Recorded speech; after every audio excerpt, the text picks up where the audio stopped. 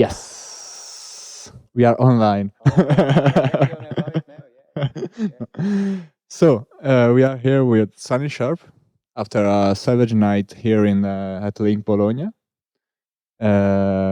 We had really a good night with TimeShift and also DJ Plan Texture and Kobold. And we are here now to have a talk with one of the most important producers and DJs in the techno scene, in my modest opinion. You're welcome. And well, I think you need very few presentations for our public who follows the techno scene, electronic music in general. And well, I would like to ask you first, how's in Dublin? How is going the parties, the fact of bringing on a scene in your place? Yeah, I mean, and thanks again for your very nice introduction there. It's challenging. It's challenging in Dublin at the moment. I mean, I think it's challenging all across the world at the moment, particularly for people in music scenes and those who work within venues and in what would deem to be the more challenging environments when it comes to COVID-19. So our government's kind of allowed us to reopen, but it wasn't really a full reopening. It wasn't anywhere near it. So we really only had a temporary reopening, and now we're getting ready to close again. So it's been very tough for a lot of people in the sector, in the scene. I mean, we've gone from the days where we kind of described what we were as a scene, and we still are a scene, but to kind of communicate what we are to a level where legislators and the media, that they understand a bit more, you have to let people know that it's an industry.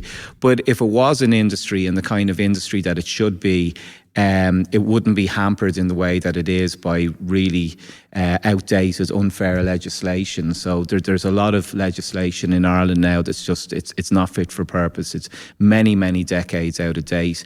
And that's one of the reasons, it was the primary reason why we set up our campaign, Give Us the Night, which is over 15 years ago now, believe it or not, a long time ago. So we've been pushing to change legislation, but for all the years that legislation hasn't been changed, and it looks like by next year it will be, fingers crossed. But during that time, a lot of venues have just experienced more and more, just an impossible situation, to the point now where we went from having roughly maybe 500 nightclubs to having like far below 100 now, A while ago I could have said below 100. I think it's now far below 100, So we've lost a lot of places. And while COVID's been, while this pandemic has been taking hold and everything has been shut down, there are a lot of venues that just haven't reopened. So we've lost some of our key venues. And prior to COVID, we were losing venues as well. So it's a difficult time. One thing that I think has changed, and I think for a positive, it's a positive thing, is that a lot of younger people and younger producers don't feel as... what would be the best way of putting it? They don't feel as tied to the country as perhaps I might have when I was their age, and it didn't seem like you had any options when you were younger. You just stayed in Ireland, Some people who might have got a particular full-time job that they were able to accept in another country may have moved to places like London, or not very often, but in cities like Berlin. But now the option to just leave Ireland it's too attractive for most younger producers. I think people, it's the same situation in Italy. Many people go away. In Berlin, for music, is one of the most rated cities to have a career, to start a business or a project, musical projects, and same here. Few venues also before the COVID. so ever few venues also here in Italy after COVID.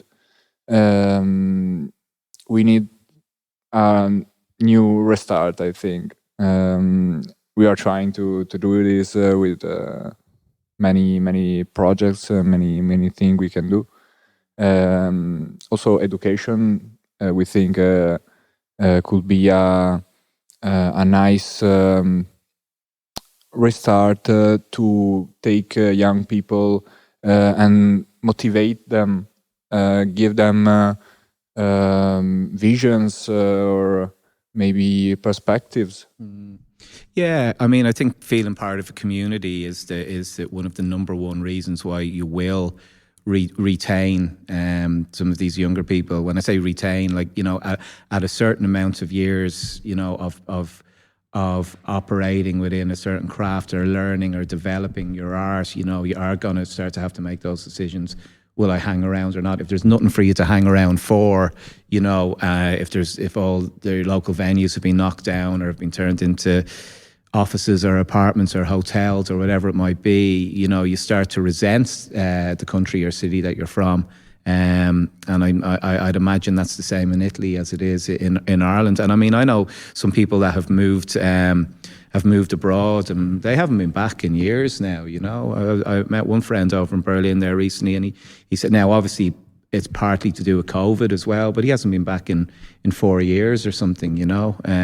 He does keep kind of up to date with what's happening back there, but like, you know, yeah, it's what's kind of, I don't know, maybe it would be exaggerating to say that it's scary, but it's interesting how detached and what a lack of what would be the best way of putting the lack of connection now a lot of people have with Ireland, and when they do come back, they don't recognise it, you know. So obviously, you know, we can just focus on the negatives, but like you were saying, what can we do to actually change that pattern, you know, and hope to keep people in the country and hopefully make it a country that people might want to come back to as well, you know. Because they bring a lot of their expertise back, you know. A lot of music scenes are shaped by the experiences that people from that country had, and when they come back, are typically from people that move to a country that have experiences from the country that they're from, that helps to shape and develop the scene there. So I think it's very important that we, at some point, are able to welcome people back to the country as well, that there actually is a future in Ireland for some of them, and I'm sure you feel the same way, Italy as well. So, yes, totally. It's what is called to be living like in the province of the empire, and we got to take care of our society, our cities, our communities. It's a notion of community is maybe the thing that fits the most what we're talking about. And you are very well known for being one of the people in the scene that is the most vocal about the implications of politics in its influence on club culture, and you have been calling out also the policymakers. What is your experience in regards to this? I mean, were they responsive when you tried to speak to them? Did you get the reaction that you were expecting from them? Something is moving, or is still very hard? I want to know the story behind the interaction between you and people that are not in the scene but that influence the scene because they make the policies. Yeah, I guess there's a few different groups that would help, you know, to change policy. So that could include the councillors themselves. That could include those working in the council, especially those at a management level, and then it could include parties as well, you know. So from our perspective, it probably started with local councillors who would be quite like-minded as well, you know, and would know what the culture is about, have worked in it, have experienced it, enjoy a night out as well, enjoy the music, and I think, you know, there's just a lot of basics that we just agree on, you know, and some of those basics, trying to get actual decision makers to agree on some of those basics, that sometimes just never comes, or it seems like it's not coming because there's just a basic lack of understanding, but more so appreciation of what it is that we do, you know. But, you know, if you spoke to them about sport or another community activity, immediately they wouldn't even need to talk about it. Of course they love that. Of course they recognize and value the importance of community within sport, for instance. But when it comes to music and other types of activities related to music, like, you know, if you actually spoke to a lot of these people and talk about the actual craft and the creation and studios and how these records are produced and all the work that goes into the finished product of a record or a release or whatever it might be, they would never have even thought or considered any of that. You know, some of them, and one of my frustrations sometimes is that, and this is down to, I suppose, the kind of the whole system within councils as well, because a lot of the time they're told to, you know, they get a lot of complaints about noise and sound and all the rest. So when you talk to them about artist studios, it's specifically going to be for art, you know, art, like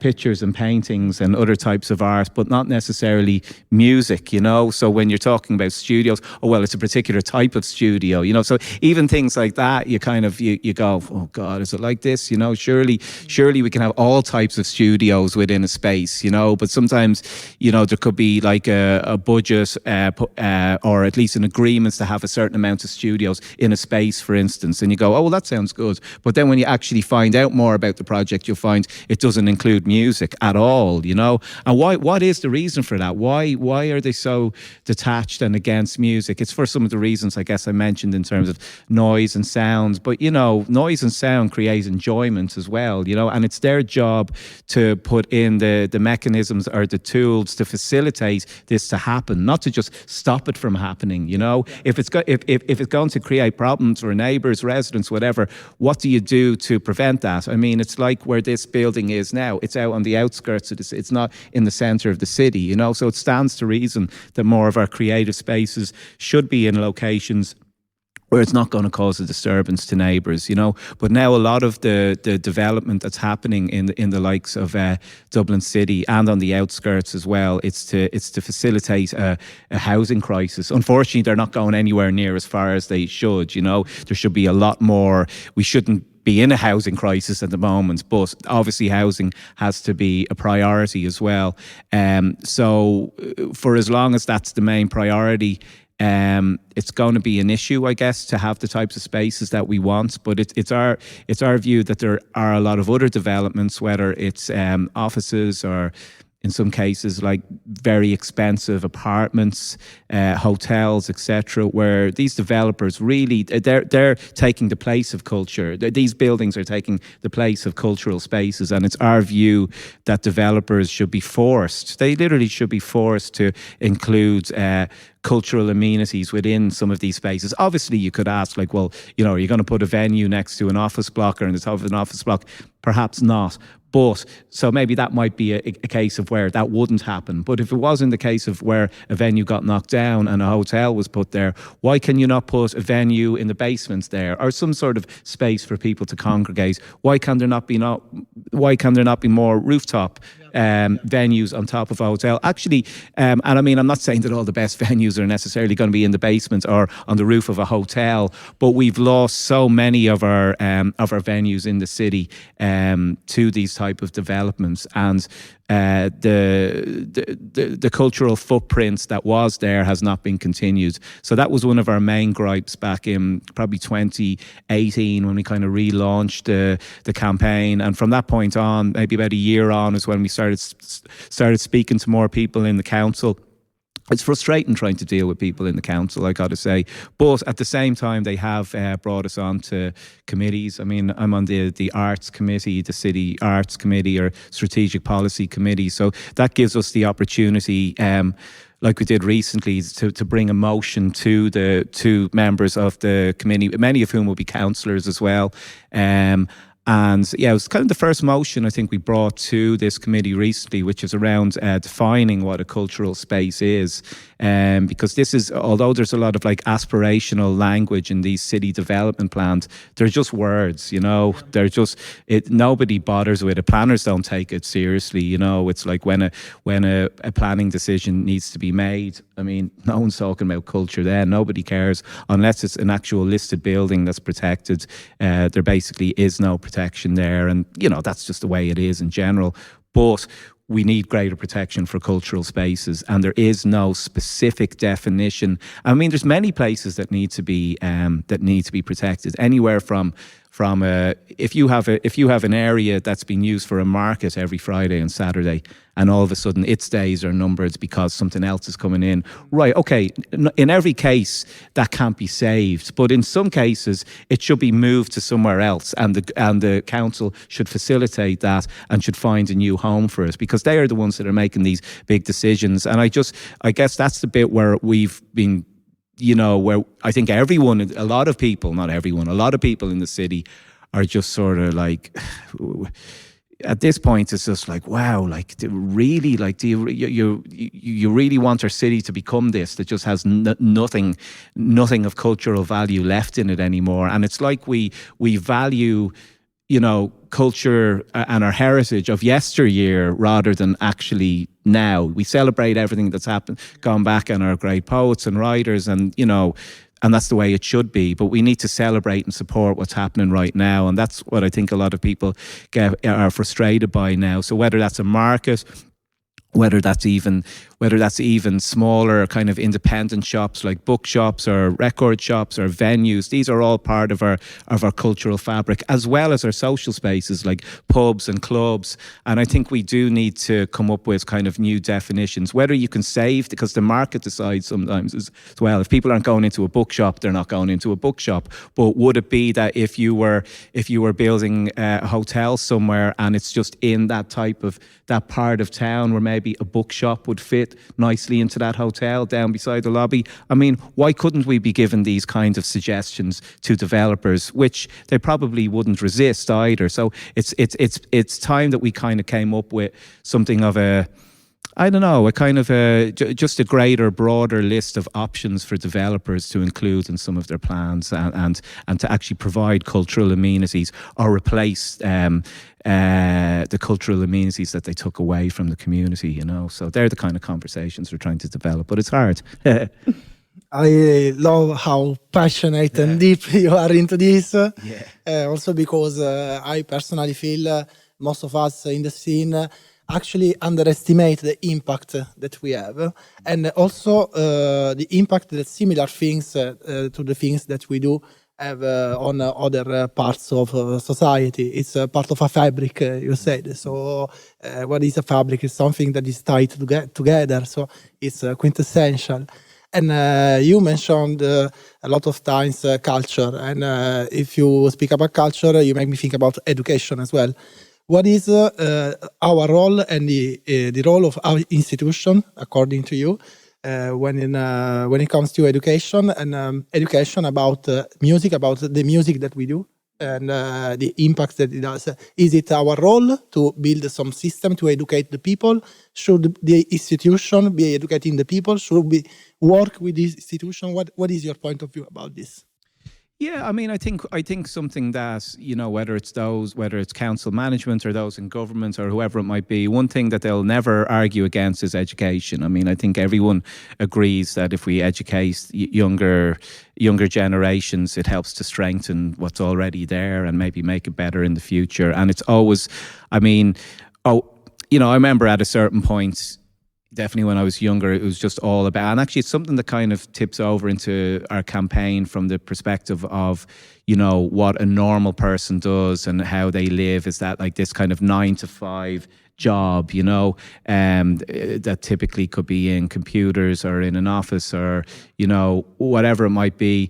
I think when you're into music, it's a kind of a different world, a different existence. It's harder to make a living as well, but some people do make a living out of it, and I do. But I think sometimes, you know, whether it's parents, whether it's those in power, they can kind of write off careers in that as if it's just a hobby. It's not worth it's not worth pursuing. But I think actually in Ireland there has been a good push from the kind of the wider arts community to try to bring greater, I don't know what would be the best way of putting it, to try to put more value on those who work in the arts and the art itself, and the time that it takes to create art as well, and the environment that you need to be in to create good art, So these are the kind of conversations that have been coming up more and more in the last few years, But while the conversation has been coming up, and while in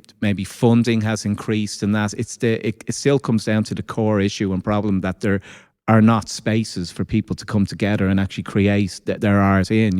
So this is a fantastic space that we're in right now. It's a multidisciplinary space where many different types of artists can congregate, which is really important as well, because if you're an artist or you're a musician or you're doing printing or whatever it might be, you all have your own skill, and then you might find ways to collaborate together. I mean, I don't need to tell you this, this, you're doing this. And I think it's really, really important that we have more of these spaces.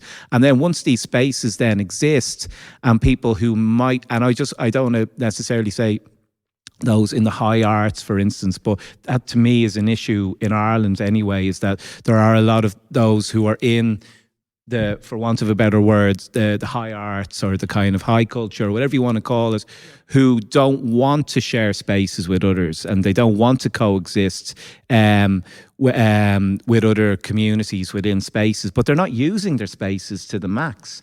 And that's one of my big frustrations, is that we're all, but I think now more than ever, some of those communities are probably starting to see what we were saying 3 years ago, when we first sat down with some of the leaders from some of those communities, and we're saying, listen, there's a problem, we're losing spaces, and where we're at right now is probably where some of you are going to be at soon as well. So we need to start to push the kind of the multi-use model, and we have to coexist and actually come together more and create these spaces that we can all live within and create in, and actually be a community within. I mean, they have their community, you have your own community, but there's nothing to say that you can't share spaces. And I think sometimes people get very possessive over this stuff, but they shouldn't be necessarily, because they don't own the buildings. They've been given those buildings, or they're renting those buildings. They don't own them, And this is the thing where I think people need to just kind of relinquish their grip a little bit. And they might be happier people as a result as well, because they'll see all of the extra growth that they help to create by just stepping back a little bit, welcoming that, and who knows, maybe helping to improve their art and what their organizations do as well, so. Great. Let me give the mic back to Federico. Okay, so I think we have spoken a lot about situation, and I'd like now to go in particular on your music, on your production, on your news, everything you want to share about your news. Yeah, okay. Well, thanks, man. I mean, listen, music-wise, unfortunately, the last few years, as I've kind of thrown myself deeper into this stuff with the campaign and what we're trying to do on a local level and national level back in Ireland, it's very difficult to get time for music. Before, it was a simple choice between the campaign and music. Now the choices are between different aspects of the campaign, do I prioritize this, do I prioritize that? So I don't even have a choice sometimes in music, unfortunately. I really hate to say it, because it's like we've just come through like a almost 2-year period where really I probably should have made loads of music during that time, but if anything, I kind of went into overdrive with the campaign.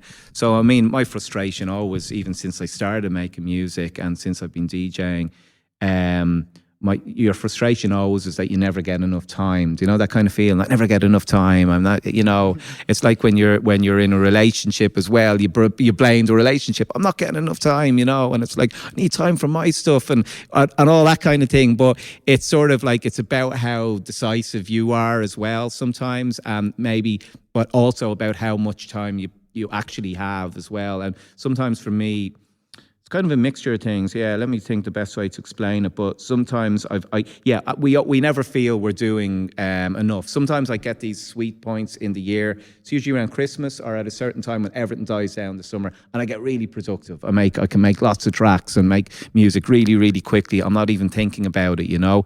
But I think those times don't come very often for me. In the past, it used to be more to do with the fact that I actually hadn't learned enough about making music to actually be able to make it as quickly as I wanted. I was still challenged in terms of being able to structure and produce tracks the way that I wanted. So at certain times, I probably didn't.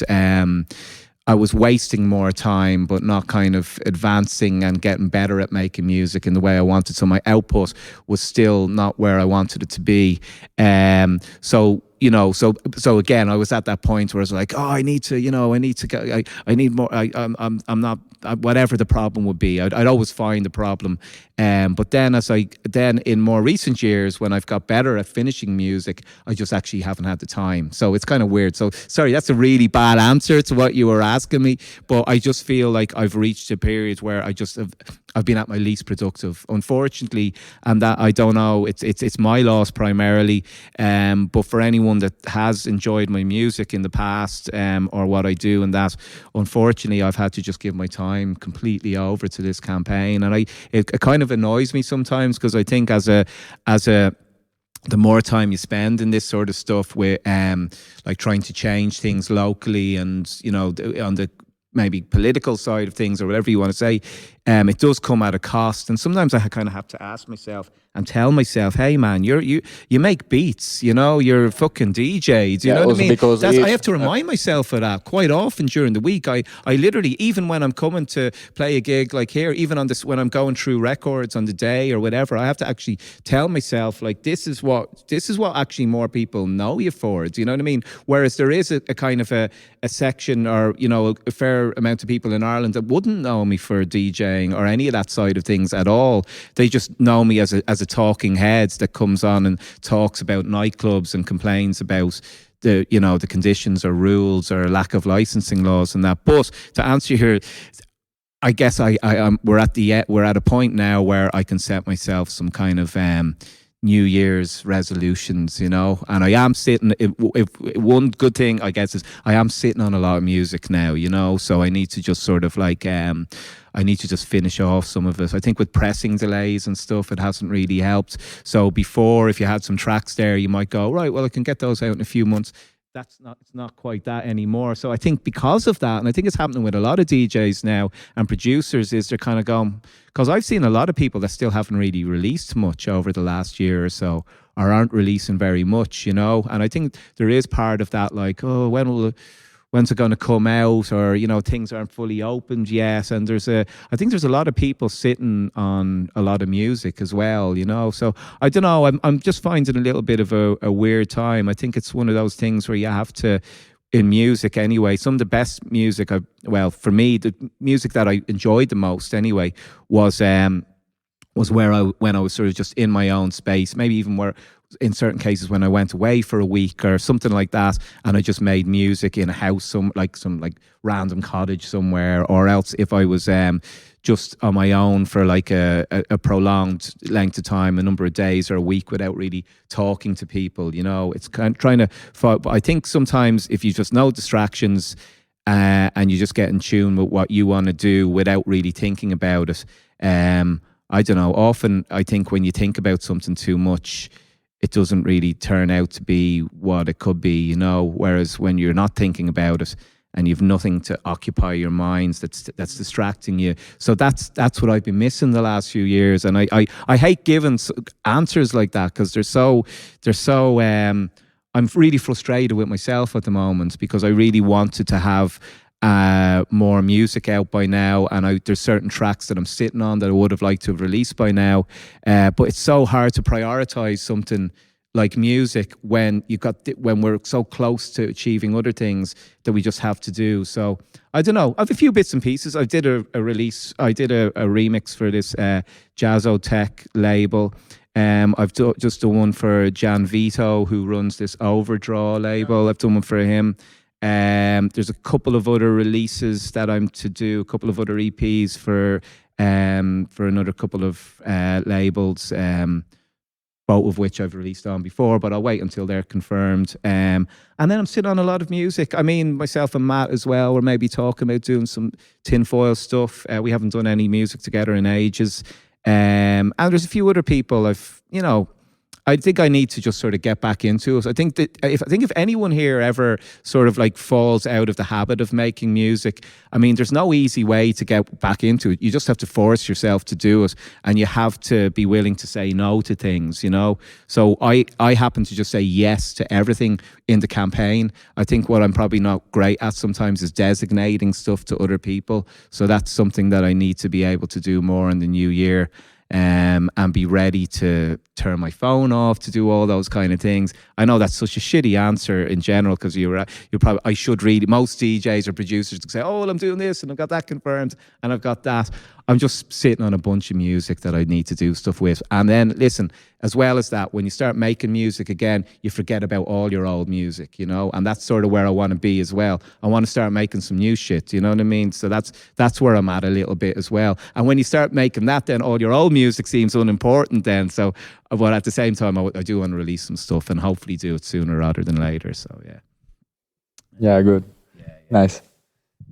So lots of things coming out. I hope so. I mean, step by step. Yeah, I mean, there's stuff on the label. Then there's an Earwiggle compilation. It'll be what it's going to be called. I'll leave the name off for the moment, but it's a kind of a punny kind of name, like some of the other ones that we've done before. The compilations at least, but I think there's a few things coming up. There'll be a compilation that'll be our 30th release. The release after is going to be a Marco Bruno EP, it looks like. And then there's a couple of other things. I mean, there's a couple of other producers who I should have really released by now as well. And I feel really bad about that, because I have sat in some people's music for a while. And I think if you're running a label, it's one of the worst things to do, because I've had it done. I've had it done to me as well, where people have sat on my music for ages, and it's not a nice feeling when people sit in your music, because like what I was saying, when you start making new music, your old music becomes insignificant, but then you can get a nice surprise when that actually comes out. And that's a really nice feeling when that release comes out. But I feel really bad being that person that is just sitting on someone's music. And in some cases, I've had to tell people, like, listen, I really like to put this out, but I don't think I'm going to be able to do it anytime soon, And I've had to kind of do that a little bit. So maybe, and I think I used to question the whole idea of people doing sub-labels or having aliases sometimes. It just seemed to sometimes create extra... Well, maybe different with an alias, but I just think with sub-labels sometimes, I always like the idea of putting everything out on just the one label, but I think it's getting to that point maybe where I might need to set up an extra label, or maybe even two, just to be able to get out the volume of music that I would like to in the future. I think I know this sounds a bit weird considering we're all here because of music, but I think sometimes with me anyway, I need to sort of like... I need to spend more time with music. I need to spend more time kind of familiarizing myself with it again, but just sort of getting back in that headspace that I want to be, where I'm thinking like a DJ, where I'm thinking like a producer, where I'm where it's just where that's my sole focus, see, I value the culture, I value everyone behind it. I value the record shops, or I value the venues, all of these things. I value that our culture, our music, electronic music culture and rave culture is getting older, and that there's different generations who were there at the beginning who are still involved. Now, I love that. I love that people's, kids or even grandkids are getting into it. So, I love that, certain nights that you go to, there's people, well into their 50s and 60s. I've been at nights like this. House of God, I've spoken about this one before, House of God, like you will actually see people in their 60s at that event, and I think what's really useful with that though is it's having a knock-on impact culturally as well, and with the support that's going to come to electronic music that's already starting to grow, there is a greater appreciation for that. But I think what I want to increase is my own basic appreciation for music, and to try and get back into that sort of headspace of where I was at before, where I was kind of a little bit hungrier to create and just and also enjoy other people's music as well. Not just enjoy music from a DJ perspective, but actually enjoy listening to music. And that's something I've probably not been doing as much that that I'd like to be doing. I used to work in record shops as well, where you take that for granted, where you're always listening to music. But if you're like me, you're not someone that's taken to things like Spotify, or, you know, maybe I don't listen to music as much in the car as I should, or that kind of thing. Your relationship can sometimes wane a little bit, or it's not out. You haven't planned it to be that way, but you detach from it ever so slightly. So I want to fuse that, or sort of kind of I don't know, glue it back together a little bit more. So yeah. Okay, I for last, I think, because we are talking since. Okay. Last thing, I would ask you advices for young people, young producers, young musicians to develop a vision, a profession of what they do. Well, first of all, there's no rush, okay? There really isn't a rush. I think sometimes, like when I started out DJing, there was a friend of mine that got beat matching in no time. Got straight away. Literally got it within 3 or 4 weeks, you know? I remember being in his car, and there was a few of us, and I think he was driving and he was playing this mix, and somebody said, and it sounded good, you know, and the mixing sounded tight, and somebody said, "Oh, who's that?" And someone says, "Oh, that's Brian. Yeah, Brian Cody was the DJ. That's Brian." And I remember thinking, "Fuck, Brian's like, fair play to you, man." Do you know what I mean? I was thinking he can mix pretty tight. Do you know what I mean? And meanwhile, I wasn't as tight as that. Do you know what I mean? And I wasn't. Now, the difference back then was, I think Brian had like tried to learn a little bit, and he'd gone to do some lessons and stuff like that. But he was also a natural, you know. You can learn something, and maybe it'll take you a while to get it, but somebody else can walk in and literally pick it up straight away. He picks it up straight away. I didn't pick it up straight away. On the other hand, as well, I had no one to really learn from, and that can help a lot at the beginning. You know, I'm sure when Brian was talking to people at the beginning, or when whoever it was that would have shown him at the beginning, they would have showed him some of the basics, which then just gelled for him, and that made it a little bit easier going forward. I was making some really simple mistakes in relation to technique and where I was launching the first beat in and all these kind of things. But ultimately, it did take me a little bit of time as well. It's like if you're playing a team sport and you don't get in the team. You know, it's very. I remember, like, you know, that feeling bad because I didn't get on the team or whatever, and feeling really bad about this when I was younger. But then eventually I kept playing, and then I did get in the team. Do you know what I mean? So it's similar when you're when you're doing music as well. At the beginning, it's just like there's always this question about, oh, is this for me or not? You know, and I think sometimes you shouldn't always listen to what other people tell you, especially when it's very negative, you know, because there's a lot of people that will pick up, like something that I often used to say to my students as well, because this is a motto, although it is true to some extent. I try to tell them not to inherit these mottos or sayings or, you know, pearls of wisdom from others. When it comes to, there's one particular motto that it's not what you know, it's who you know. You know, so some people, and then you and like that, there is a lot to be said for that, you know. But if you live with that motto stuck in the back of your head, it's always going to act as a little bit of a handicap there, and then it's very easy to sort of get into that kind of negative.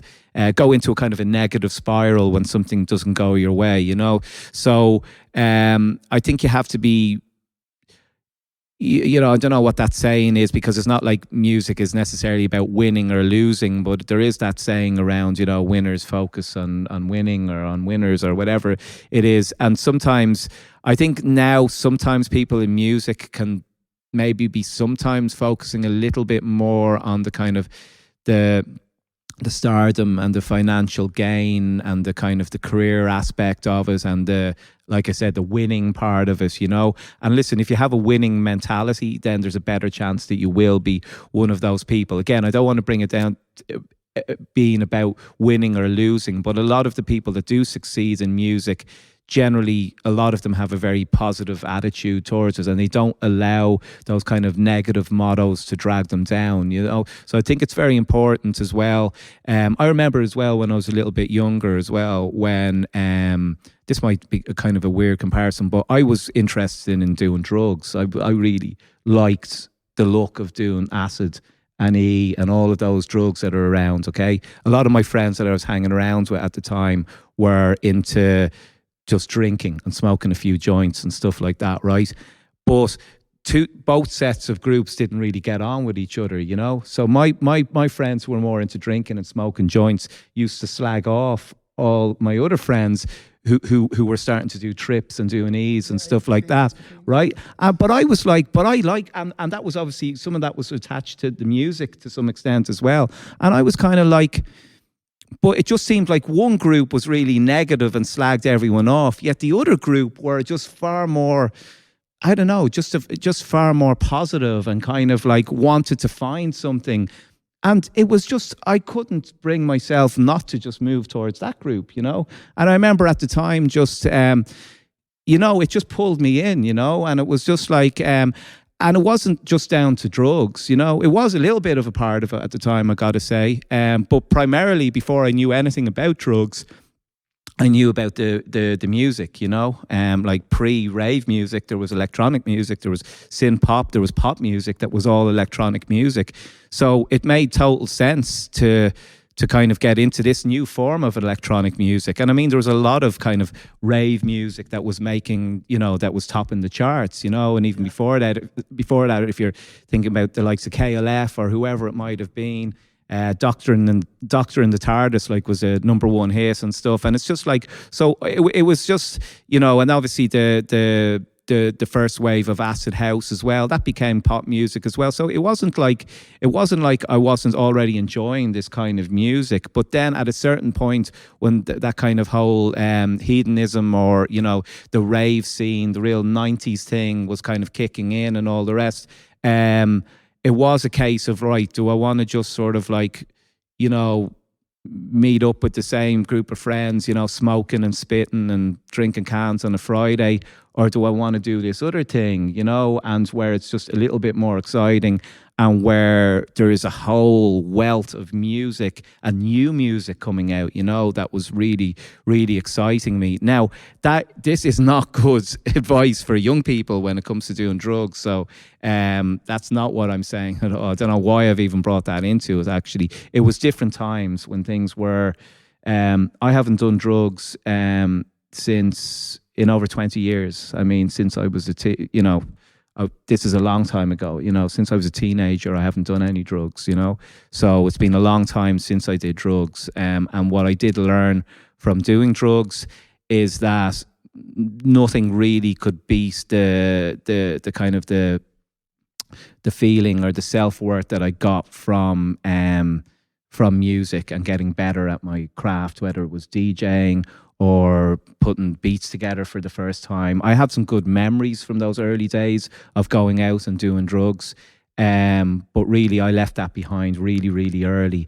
And actually, you know, music put me on a path where I was more easily able to leave that behind, you know. So even though I could be in an environment sometimes where drugs are being taken or whatever, I don't feel any desire for it at all. But I just do remember at a certain time that when it seemed like some of the more open-minded people that I knew were kind of going down that path a little bit. Yeah, I felt that it wasn't just the drug for most of us, although drugs were a part of that. I think it was the music really that drew us in, you know. Without that music, we probably wouldn't have thought of because it's kind of like going back to the days of the Beatles and hallucinogenics, for want of it. But, you know, obviously they're a mainstream acts. But if we're going to give a kind of a popular example there, you know, I guess drugs have sort of kind of played a part in various musical movements over the years. And for then, it was part of that kind of gateway to some extent. But I'm glad I experienced that, but I don't think people have to experience it either. I think that's what I learned from it, even though it seemed to go hand in hand with it. And even though a lot of people and parents might believe like, oh, if you get into that music, my kids are all going to do drugs. I think more and more now, a lot of younger people don't do drugs actually, and they just go straight for the music part, which I think is great as well. I mean, I've had a lot of friends and I've seen a lot of people as well who get into it who actually... who see the drugs part of it, but just choose not to, and don't feel that peer pressure that they might have in the past, Maybe there was an element of peer pressure at a certain point, whether that comes with drinking or doing drugs or whatever it might be. But I think a lot of younger people now are kind of a little bit more... They're a little bit more health focused than they used to be, and I think that's good. I think this generation and further generations are probably going to be more... productive in a lot of ways actually as well, but it's just hopefully we have the kind of the infrastructure, whether it's the record shops, whether it's the clubs, whatever it might be, for them to really enjoy that. A lot of it will come down to how much they want that as well, because now we experience and enjoy music very much in kind of like big room environments and festivals and all of this. So it'll really come down to over the next 5 to 10 years or maybe even longer, how the next generation sort of value and want to preserve that sort of original culture of record shops and venues and whatever else it might be, because I think it does appear like these days, there's just obviously now we've got everything that is available to us digitally and to stream. That's just changed things anyway, and because we've lost that sort of that strand of things and that kind of that whole infrastructure that was there a little bit still exists, but I think future generations are really going to have to want that and are going to have to fight for that, and I think that's what a lot of people are doing now. That's what we're trying to do at home, you guys having this, you're trying to do it as well. We're all trying to preserve and hopefully pass something on to the next generations. But yeah, I think, again, in a long-winded way to answer your question, I think it's just to take your time and to try and surround yourself with people who could be like-minded, who want to... I think collaboration is really, really important. It's something that I never really did enough of, and I think part of the reason for that as well is I do have a kind of quite competitive spirit, and that I don't always like to be... I don't know. I like to just do things myself. Do you know what I mean? I don't like to always be in an environment where, I don't know, it's hard to explain sometimes, but maybe because, I don't know, maybe it's because I was an only child or something. I like doing things solo, Yeah, I think it's a question of personality, because when you have a lot of personality, you maybe try to express yourself first to understand what you want to do. Yeah, I don't know if I was ever really willing to learn enough or had the patience that I needed sometimes to learn what I needed at the time, whether that came to production, whether that came to maybe... With DJing, it was a bit different because I kind of just, like most people, kind of taught myself or whatever.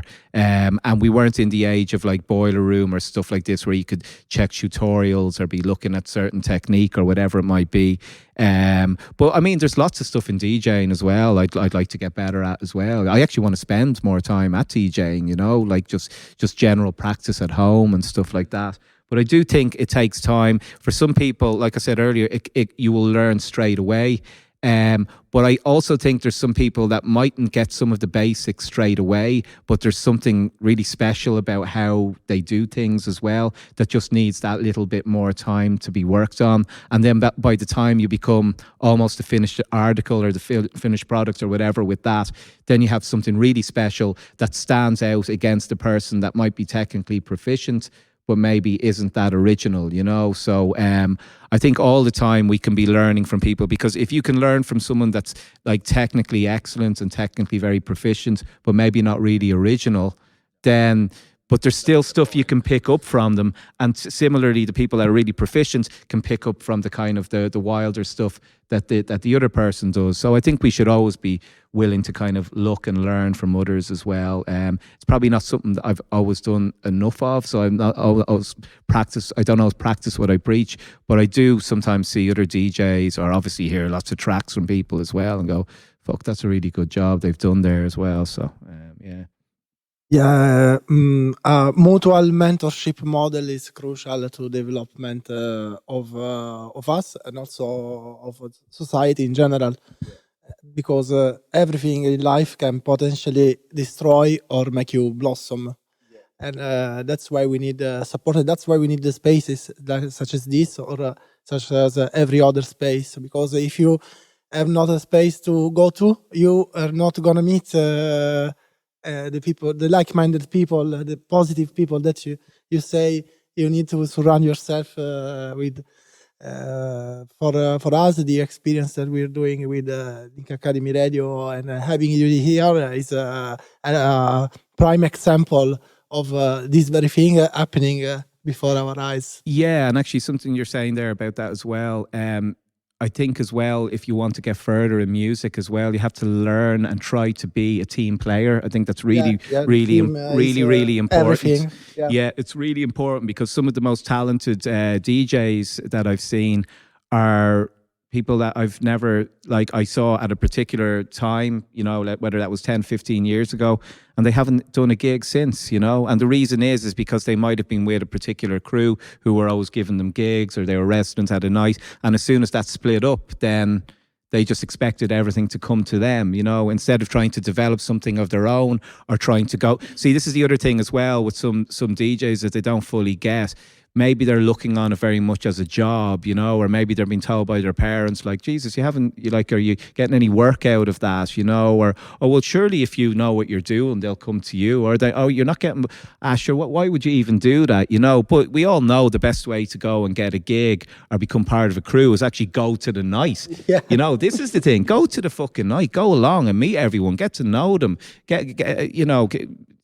Get on with each other, become friends with them, you know, do what you can do for them, and they'll do something for you as well. I'm not saying that you should be doing something for them just so they'll do something for you, but just go in and enjoy it and be part of that community, and be one of the crew, you know. But I think a lot of the time, sometimes people feel that it's just going to come to them. This is not a conventional industry, or whatever you want to call it. It's barely an industry in a lot of ways. I mean, the amount of hours that we put into this stuff, it's like most other people can leave. Okay, they become qualified to be able to get a job, but a lot of people literally do 5 o'clock as that's it. It's, you know, they're done, you know, whereas in music, it's switched on all the time. You know? Yeah, totally. All times of the day or night, you know. So I think for the amount of time that we put in, it doesn't always give the financial payback that our relatives, our partners, or whoever it might be would expect or hope for. But that's the road we've chosen, you know. And I think that's something that a lot of younger musicians and artists, or whoever it might be, will learn. But some of them don't want to learn that and would rather then, you know, go somewhere else or try something else. I think as well, you have to be ready for a certain element of, I don't call it failure. I don't think that's a great word reading this, because nobody, you know, when you fail, you also learn, you know. And I think failure has very, you know, big meanings. You know, you're not failing, but it just didn't go as well as you wanted. Maybe it is failure sometimes if something doesn't work out, or if a gig goes badly, or if you didn't, whatever it might be. I don't know. You tried to be successful as a DJ or something, and it didn't happen. But I've seen that happen with a good few DJs as well, who in the early years it didn't go well for them, but then they spent some years in the studio, and then they came back. And I mean, we've seen it actually with other DJs even over the last 5 years. And this isn't to say that they failed at any point in the past, but the scene, and it often happens with people, it passes you by. You actually get passed by. What you're doing at that time isn't appreciated too much, you know? And for that reason, then you kind of get a little bit tossed to the side, while another crew, or, you know, younger people come through or whatever, And then those people who got tossed to the side feel very resentful for that, because they feel they know more, they feel they're better, they feel they have more entitlement. So they're just like, fuck this. And they get really angry about all of it and they just move on. But what's been good to see is some of the people who actually, okay, they might move on or move somewhere for a while, but what actually some of them are doing is, right, okay, I need to just work a little bit harder at this. While this didn't work out so well for me locally, there's more I can achieve here. My production output, my creative output. I just want to enjoy that. I want to hone my skills. And they might just do it for personal enjoyments. But within a few years then, the tracks are sounding good. They have ideas for labels. They're talking to new people. They're suddenly starting to see things a little bit differently. There's a few people coming through who are inspiring them. And all of a sudden, they're in a completely different headspace. Then they do put their music out. Then it does start coming out on certain types of labels. Then all of a sudden, all of what they learned with their craft on the decks and all the rest is now useful again, And then they're the ones then that go to the next level and very soon surpass those who had actually kind of overtaken them at some point. So I think as well, another thing, and lastly, because I could talk about this stuff for ages, but I think one of the things as well is to not spend too much time worrying about what other people are doing as well. It can often happen that people get opportunities very early in their career or in their journey or at a time that you don't think that they deserve it. But really, sometimes people get their chance early. It's what they make of that chance, It's what they make out of it. Sometimes, literally, some people, it's quite premature for them to be given a big gig or whatever like that.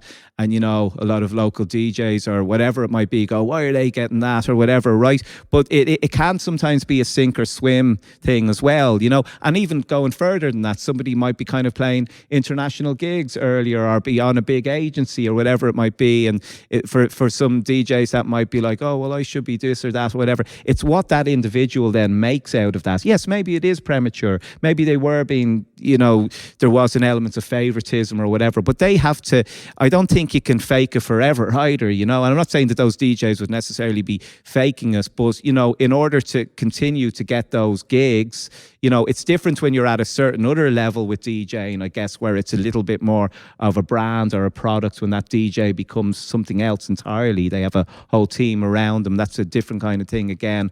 But I think if you're trying to get kind of like bread and butter gigs on the international circuit, and sometimes people might kind of go, oh, well, they're getting opportunities. They have to go out and play to crowds and actually do a good job of that, So whether that's locally, whether that's out in the international circuit, if they got their breaks quite early, they still have to prove that they're worth that opportunity that they got, and they have to come up to speed really quickly. And I've seen that with some DJs, especially DJs who had records out early and had to literally learn DJing as they went out there. So they were getting criticized really early. Oh, they can't mix or whatever.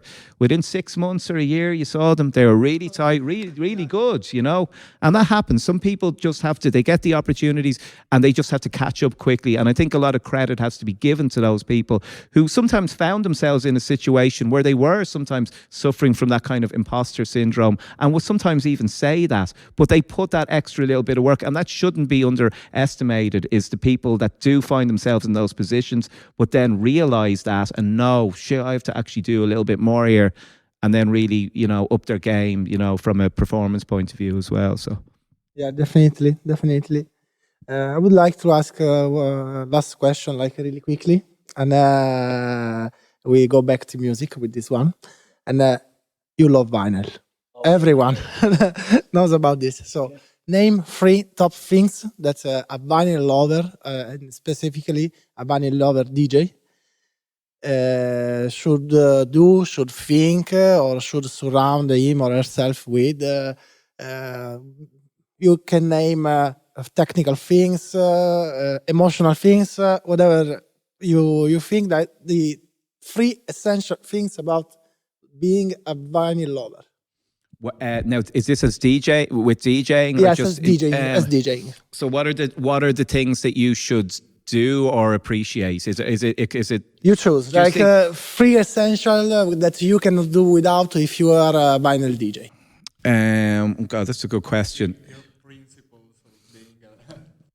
the three principles of being a vinyl DJ. Well, I think being organized, if you're going to do a gig, I think you have to be. I'm not always the most organized in ways, but I always force myself to be somewhat organized before I go and do a gig, which basically means laying out my record bag like a record shop. You know, I have sections, I have new releases, I have fast stuff, I have acid stuff, I have electro. I know where everything is, you know. So I think it's really important when you're bringing records, especially when you have more records, if you have more than just one bag as well, it's really important that you kind of know what's in that bag. You don't want to be spending too much time looking for a record, not being able to find it. It could be anywhere, you know. So they're one of the things. You have to be somewhat organized. And that's like a lot of my time that I spend doing that is actually in the hotel room before I go to a gig. I've gotten really bad in the last few years where I'm literally, you see the way that I sometimes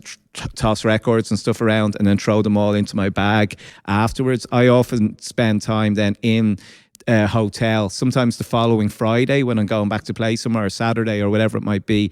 I actually spend time then putting those records back into the sleeves before I've done the gig, which is actually like a week later. Even when I went home, I haven't actually fully thing. So I will spend time with one of the towels from the hotel actually cleaning records off and all this sort of stuff. And this takes loads of extra time sometimes. It's ridiculous. I mean, sometimes there recently at a gig I was playing over in Berlin, and I've been playing in Manchester the night before, and I was meant to meet people the following afternoon before I went to the gig in Berlin, and I was just like, here, listen, I have to clean my record. Like, I'm not going to have time to do that now, because it doesn't just take like 20 minutes. It takes like an hour and a half or 2 hours actually, you know. So these are the kind of things. But again, I have to force myself to do that, because if I don't do that, I know that the set is going to suffer, you know.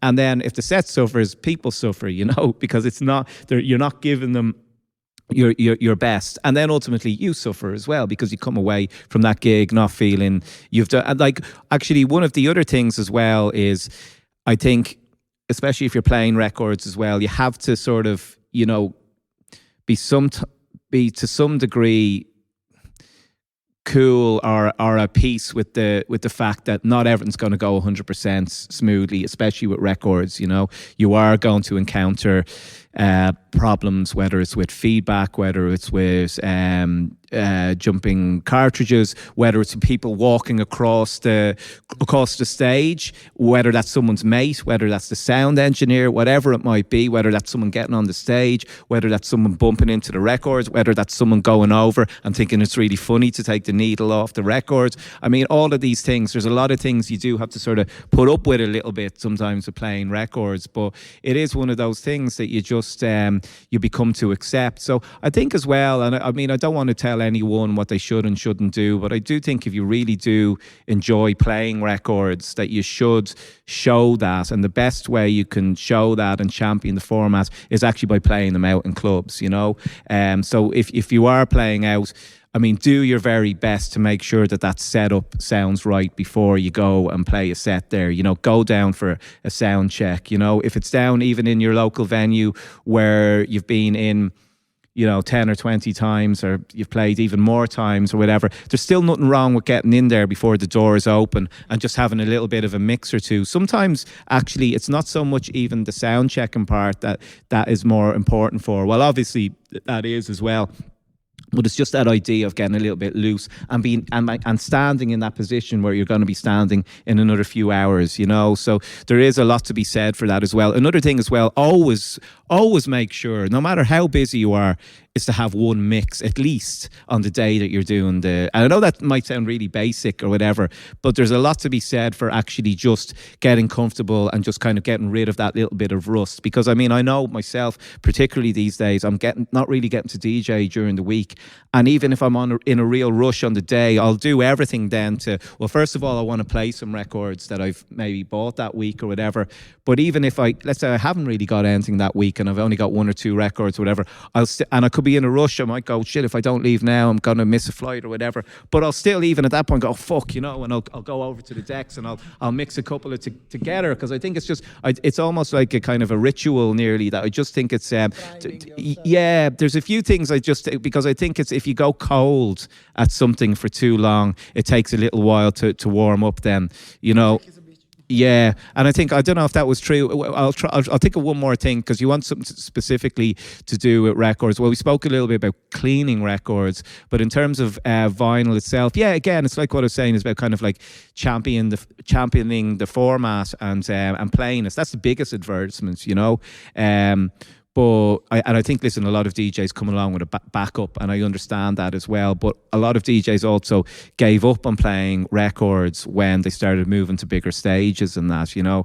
And I found that a little bit disappointing, you know. And I did say to a few DJs about that, who were very pro vinyl, and it was a big part of what they did. And then as soon as they started playing bigger gigs, that was gone out the window. And I was kind of going, but sure, of course, there's going to be like, you know, if nobody now is playing on vinyl, you know, the setups are going to be even worse, you know. And this is what a lot of people will say. I remember Dave Clark saying it one night in a club in Dublin. Now, he stopped playing records, but I remember it was one night where I think I'd played before him, and I'd had a lot of jumps on the records that night, or we were talking about vinyl or whatever, and he was sort of saying like, yeah, because like setups aren't maintained now because no one's really playing them. Now, this was maybe about a decade ago, but he was right, actually, you know. So I think the more of us that insist on good setups and actually getting in and sound checking beforehand and being pro. I mean, vinyl isn't just for pictures on Instagram. It's for actually, or for filing away on shelves and stuff. It's actually for playing them too. But if you're going to play them, you're going to have to put a little bit of preparation in beforehand to make sure they're going to play all right, and that you're not going to have any nasty surprises or sets that you'd regret playing or whatever, you know. So yeah. Totally. Yeah. Okay, nice. Okay. Really, Nice thank guys. you Yeah. for this hot material. Yeah. Yeah, no problem. Really, thanks for the opportunity thanks for having me, talk. Jesus. Yeah. And hear you soon again. Yeah, I love this. I mean, I love to, Or in Bologna or anywhere yeah, else. no, absolutely. I love being back. I love being back here. I love being back in Italy. I mean, I love Italy. I've always loved I know that sounds like such a everyone says it about countries they play in, but I've always felt a very strong affinity and bonds with everyone I meet here. It's always a very, very kind of family spirit. Something that I think we were talking about this as well. There are great similarities between Italians and Irish people in that way as well. But I think most people feel that way when they come and play in Italy. But I haven't played in Italy as much as I did, let's say, 5-6 years ago or whatever. And I have seen how the scene as well has maybe scale back a little bit to some extent, but I see that Bologna is kind of like a stronghold, and what you guys are doing now for techno, so it's great. Like my first gig back in Italy in some time now. It's great to be here, and look forward to being back with you all again soon. So thank you. Thanks for having me. Thank you again. Thanks Sunil. a lot. Thank you.